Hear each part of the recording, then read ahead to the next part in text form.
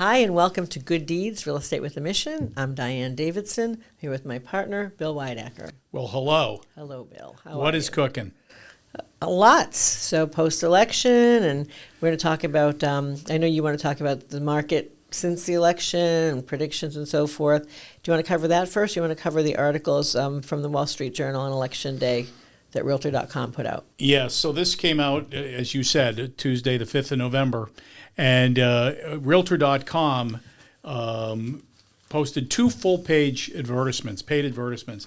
And one, I mean, there it is, almost 80% of first-time homebuyers qualify for down payment assistance. That's a headline. 8 out of 10. That's a headline. That's great. And it goes on further to say knowing what programs are available is just one of 111 things that a buyer's agent, us, can help you with. What I'm blown away by with that number is 8 out of 10 qualify for down payment assistance. But when we talked to a mortgage professional about this morning, his words were, "Yeah, but not everybody uses it." Well, therein lies the point. Exactly. Right. Because down payment assistance in some cases, Diane, is grant money. It's Correct. just here you go. Yeah. Now, yes, there were some strings, but not big strings. Right. It's like And not live in the always. home. Exactly. And live in the home for a while, a period of time. It's usually 5 to 10 years. Mm-hmm. But most people do that going away. Mm-hmm. You know, it's easy to accomplish. What I wanted to cover today is the fact that this election has been, I think most of the country is weary. Only because of this, not because they haven't had somebody that they could vote for. They did. It's because it was a 4-year election. Mm-hmm. It felt like never ending. And so the point is I think we want to shift our gaze towards what does this mean in the real estate market. And so some of the research that we have to share is quite interesting. And that home sales, going all the way back to 1980, you think, well, what's the market going to be if so-and-so wins? What's it going to be like if he wins or she wins? What are we in for? Are we going to have a country? Well, going all the way back to the Carter-Reagan election, which was 1980, through the last election of 2020. So essentially 40 years of election results, okay?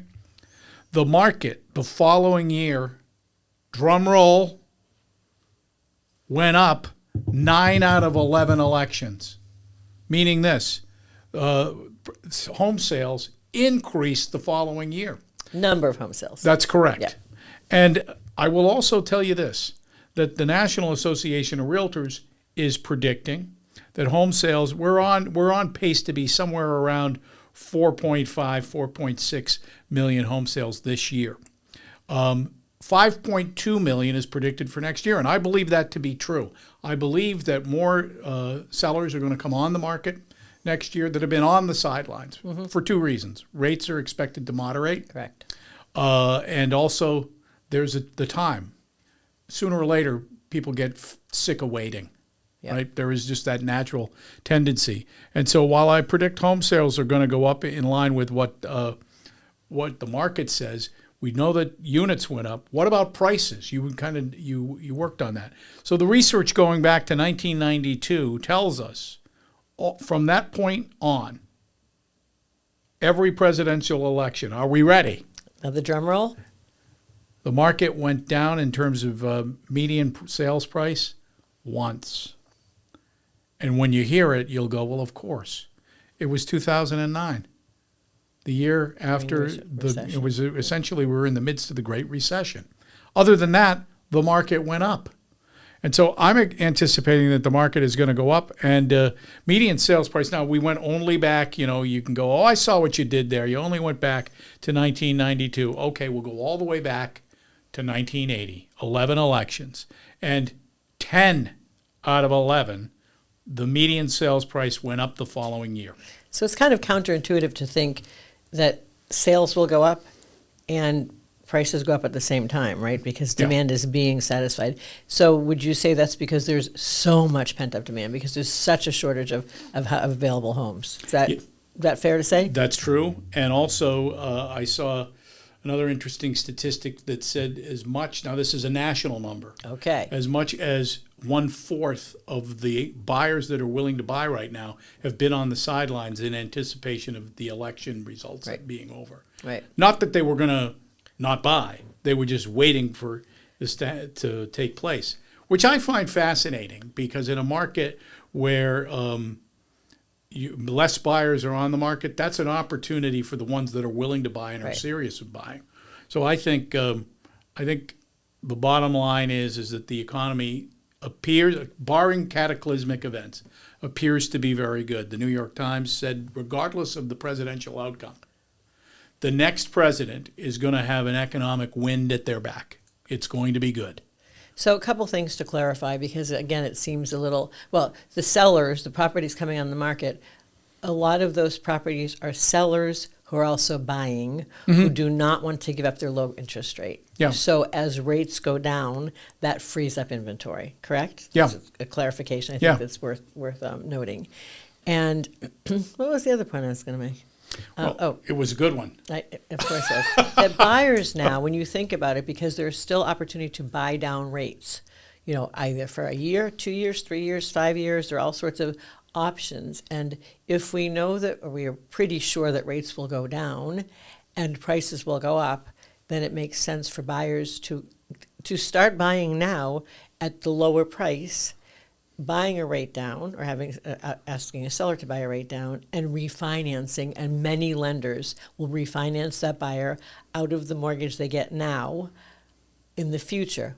So they'll have the benefit of today's lower price, a lower rate that's bought down that they will trade into a permanent lower rate when the rates go down. So Yeah, and it's kind of a no-brainer if you're a buyer. And that's a discussion that we would be having with you and the lender, Right. to make sure that we can assure that you get a product that can be refinanced Of should course. rates go down. Yep.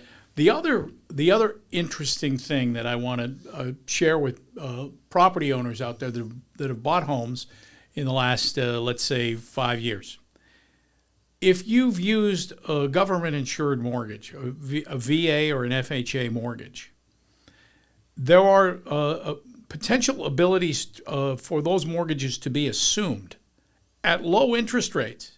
Now that has value for you, the property owner. If you say, oh, my home's too small, my home's too big, I'd sell.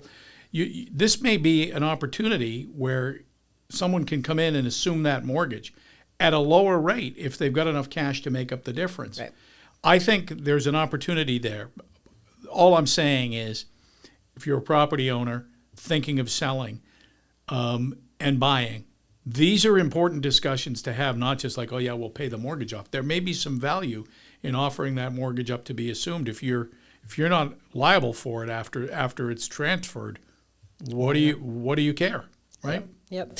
So this article, that Realtor.com full-page article in the Wall Street Journal. Yeah. In future podcasts, I think we decided before we started here today, we're going to dig into some of those 111 things that buyer agents do with their buyer clients and for their buyer clients, because many of them are really worth taking a deeper dive into. Wouldn't you agree? I do. It's important to note that Realtor.com is a private entity. Correct. It is not owned by the Realtor organization. They've given the name to a company called Move Incorporated, which is owned by the Wall Street Journal, Right. or Rupert Murdoch, I should say.